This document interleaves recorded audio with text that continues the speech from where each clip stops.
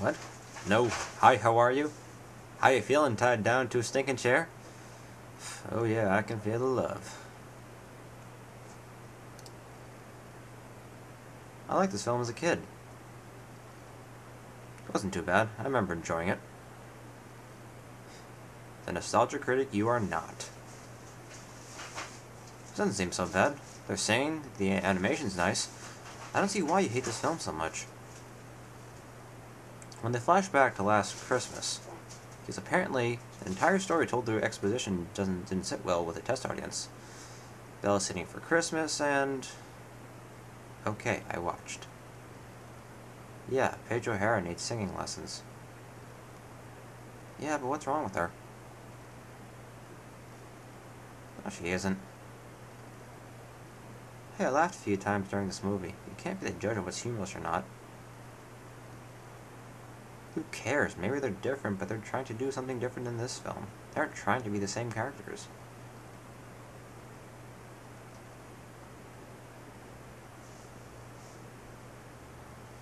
Tim Curry makes everything better. Tim Curry's an evil pipe organ who actually wants to remain cursed. That's an interesting twist. It shows a side to the villain that we ordinarily wouldn't see.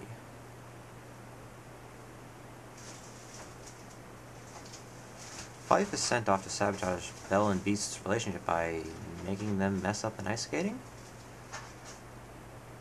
So afterwards, we get our first song number. It isn't bad, not amazing, but it isn't bad. Paige O'Hara still needs singing lessons. You're putting Paige O'Hara on a pedestal here. If you like her so much, why don't you just go off and build a shrine to her?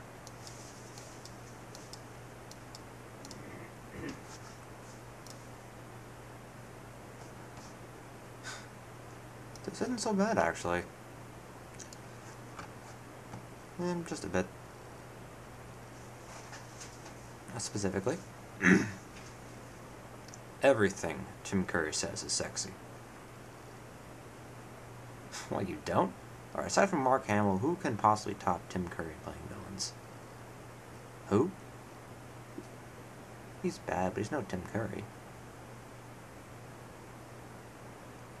Dude, Megabyte was in Beauty and the Beast? Who'd he play? Dude, it's just a movie. And besides, if Belle wasn't trying to bring Christmas back, there wouldn't be a plot. Dude, it's just a Disney cartoon. It's not a big deal at all. We're introduced to a new character who happens to be an interior decorator. Her name is Angel. She's an original character who isn't Tim Curry, so she doesn't matter. Anyway, now we need to decorate the house to the sound of another music number, and this one is... Hey, I was kind of talking. Who's the music critic here? Who listens to music all the time? Look, just stick to anime, man. This song is alright. It's nothing special, but it isn't terrible either. Well, there's a treat. They're talking about Christmas. What more do you need? Well, whatever. The song's just another placeholder until Tim Curry sings. Doesn't matter. No time. Tim Curry's back. Forte is kinda right with the whole she knows Christmas hurts the Beast, but doesn't care. Belle is explicitly told the Beast hates Christmas, and she just ignores it. Then we see that the Beast was cursed on Christmas, which explains his irrational hatred for it. We get to see every little detail of the origin, right down to the very transformation. I say it's a nice idea. You get to see... I can't agree with you. I think it's cool we get that much detail. It answers a lot of questions. Really, did you ever wonder exactly what happened? Oh.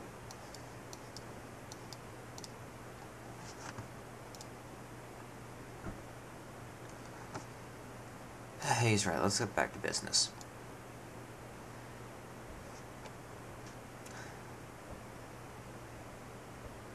Seriously, the Beast must be bipolar or something. He keeps flipping his shit over everything.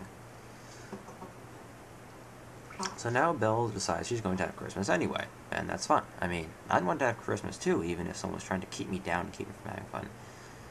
Everyone deserves a little fun once in a while, right? Hey, he would, but he's bolted to a wall. Anyway, I love how the Beast tells Forte to try composing a song for Belle as a Christmas gift. It's just so ironic. You aren't one of those types who insists that Beauty and the Beast has abusive undertones, are you? So Belle goes to Forte, and he tells her the best place to chop down a Christmas tree is in the woods. Can you blame them? Forte is such a more interesting character than Belle ever could be. But nothing against Belle, but Forte is an amazing villain. Every scene he's in just oozes with evil and creepiness. Okay, prove it. Wait, you played that guy too? Tim Curry is still better. Before that, but before that, we have the moment we've all been waiting for. Tim Curry's villain song. It's got to be one of the best Disney villain songs in the history of Disney villains. It's just so quick-paced, so filled with energy, blows every song out the water in this film effortlessly. Just so intense, just gets your heart pumping, and... Alright, name one Disney villain song that's better. Oh, you had to bring Tony Jay up again. Well, this song's awesome. Tim Curry's awesome, and then the most awesome thing happens. It's so awesome and funny, you will shit yourself watching it. Lumiere and Cogsworth go snowboarding on top of each other. That's because you're examining it too much. Just take it all in. You're just putting the original on a pedestal and ignoring all the fun this film offers. Beast is bipolar, what can you say? It's a nice song, and then the comedy relief sings another song afterwards, but between that, there's Tim Curry, so I can understand why you'd overlook that. It's Tim Curry. His ultra sexiness can do that to any person. Anyway, the Beast does snap out of it after receiving a gift from Belle.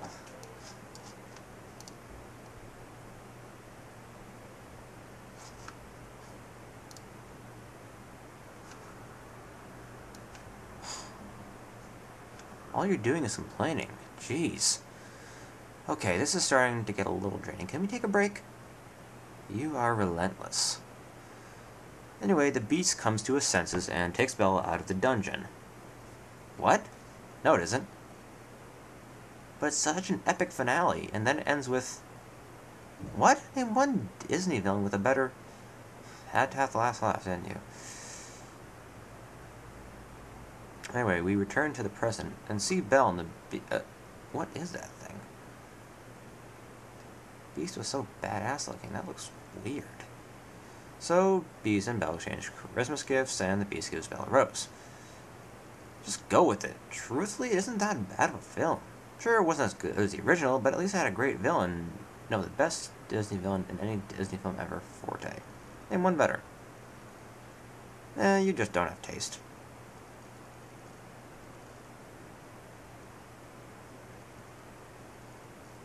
So, the guy who's making us review all this stuff is something we made?